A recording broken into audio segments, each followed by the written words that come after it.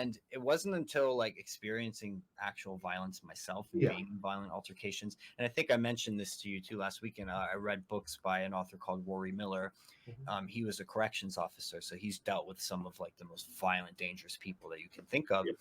And, you know, in his book, he talks about how your brain chemistry changes during violent altercations. It warps your perception of time and how fast violence is. It's so fast. So it's easy to comment as an armchair commentator about watching a video. Yeah, watching a video weeks later. Yeah, what and I go, why didn't they have no experience with actual violence and how quick it can be? And they're so unreal. Like, not only is your adrenaline running, where your thoughts aren't even really thoughts. It's like concepts. But like, they'll be like, why didn't they just pull out the gun and then do a 360 kick and shoot them in the hand? I'm like, okay, go to a shooting range, point a gun forward at the target and pull the trigger. You're not even going to see where the bullet goes. Like, it's so much harder than you think if you've never done it.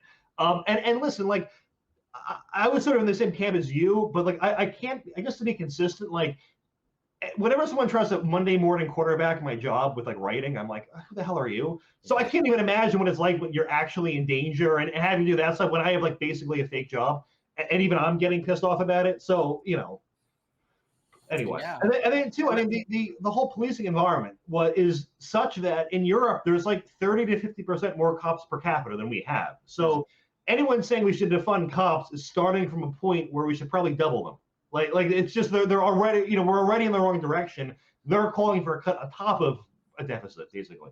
Yeah, I think the rational approach is, you know, we address each case by case. When there's an actual incident of real police brutality, you know, we call it out, we say what's wrong, and we try to figure out how do we you punish the officers or you charge them with crimes, and that's that. But this blanket approach of just demonizing all police officers, it's like, yes, I get it, they're the state, and the state can definitely be turned against the people, and we got to be careful with that sort of thing. But at the end of the day, they are human beings. You know, I have family who are cops, I know other cops. Like, there are people behind that badge and that uniform, and people are flawed. Like, they will make mistakes. The thing too is like the narrative never changes. So like the utility to the left, like with Mike Brown, was hands up, don't shoot. And I read the DOJ, like some of the court docs, and one of the witnesses, who was an African American witness, his direct quote was, "I would have shot the young kid sooner."